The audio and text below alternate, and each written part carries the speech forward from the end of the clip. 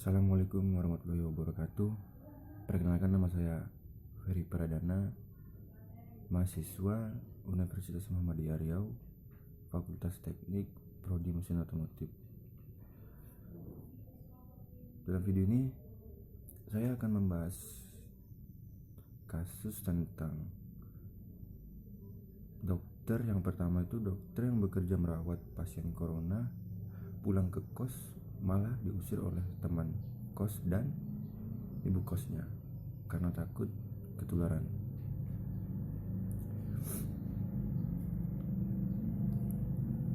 Saya sebagai mahasiswa dalam menanggapi hal ini, kalau menurut saya itu kita harus berpegang teguh kepada sila yang pertama, yaitu ketuhanan yang Maha Esa. Kenapa? Karena kita sebagai orang yang beragama dan kita sebagai orang yang berperi kemanusiaan, kita harus mensupport dan kita harus membuat mereka itu nyaman, bukan malah takut kepada mereka. Kita boleh waspada, saya mengerti, kita boleh waspada, kita boleh takut, tapi jangan berlebihan. Dan kenapa saya bilang kita harus berpegang teguh kepada sila yang pertama, yaitu ketuhanan yang Maha Esa. Jika kita ditakdirkan untuk mati atau untuk terkena oleh virus ini, ya itu udah takdirnya kita. Jadi sewaspada apapun kita, takutnya kita gimana kalau memang kita akan mati di wabah ini, ya kita akan mati. Jadi kita tidak boleh seperti itu. Seharusnya kita mensupport dan memberikan kenyamanan kepada para dokter atau perawat-perawat itu, karena mereka adalah seorang pahlawan atau relawan-relawan yang sedang bekerja melawan wabah ini. Kita cukup memberikan doa, tempat, atau mensupport mereka seperti memberikan sumbangan makanan. Yang mereka butuhkan bukan uang sebenarnya. Yang mereka butuhkan itu kita bagaimana mensupport mereka dan memberikan penghargaan kepada para medis dan relawan-relawannya, bukan malah takut dan mengusirnya. Itu tidak berperi kemanusiaan dan tidak bermoral menurut saya. Jadi saya mohon kepada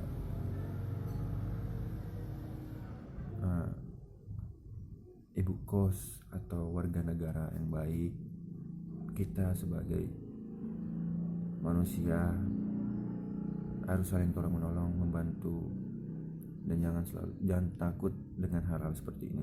Kita boleh waspada. Insya Allah niat yang baik pasti akan dibalas dengan Allah Subhanahu wa Ta'ala. Baik.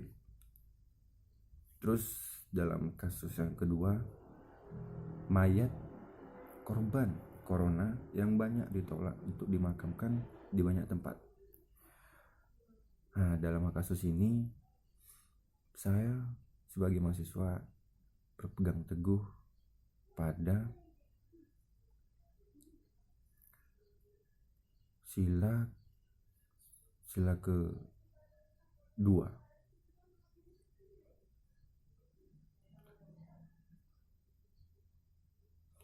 Kenapa sila kedua? Karena di sini berbicara tentang moral semua orang, atau bagaimana tindakan warga atau masyarakat tentang korban atau mayat yang tidak boleh dimakamkan di banyak tempat. Saya cukup miris melihat ini. Kenapa? Karena mungkin ya kita takut tapi jangan berlebihan. Seperti Gubernur Jawa Tengah Bapak Ganjar Pranowo sudah mengatakan di dalam pidatonya bahwa orang yang telah mati terkena virus COVID-19 otomatis coronanya atau virusnya itu juga akan mati. Dan insya Allah aman. Bapak Ganjar sudah bertanya juga kepada dokter-dokter dan beliau mengatakan seperti itu. Dan ini berbicara tentang moral. Kenapa? Coba Anda bayangkan betapa sakitnya orang yang meninggal terkena corona. Beliau tidak ada yang melihat, dan disolatkan pun hanya cuma beberapa orang, itu pun dibungkus dalam plastik. Sungguh sedih melihatnya seperti ini. Jadi kita sebagai warga negara yang baik, kita harus ikuti aturan pemerintah, jangan kita tolak. Ikuti aja, semua akan baik-baik aja, insya Allah pasti. Dan yang terakhir, untuk menyikapi kedua kasus ini, kita sebagai warga negara Indonesia yang baik, kita harus berpegang teguh kepada sila ketiga, Persatuan Indonesia. Jadi, kenapa sila ketiga? Di sini kita harus bersatu untuk melawan COVID-19. Bagaimana caranya? Dengan di rumah saja, seperti anjuran pemerintah. Jangan kemana-mana, di rumah saja. Karena hanya dengan cara ini kita memutus mata rantai COVID-19.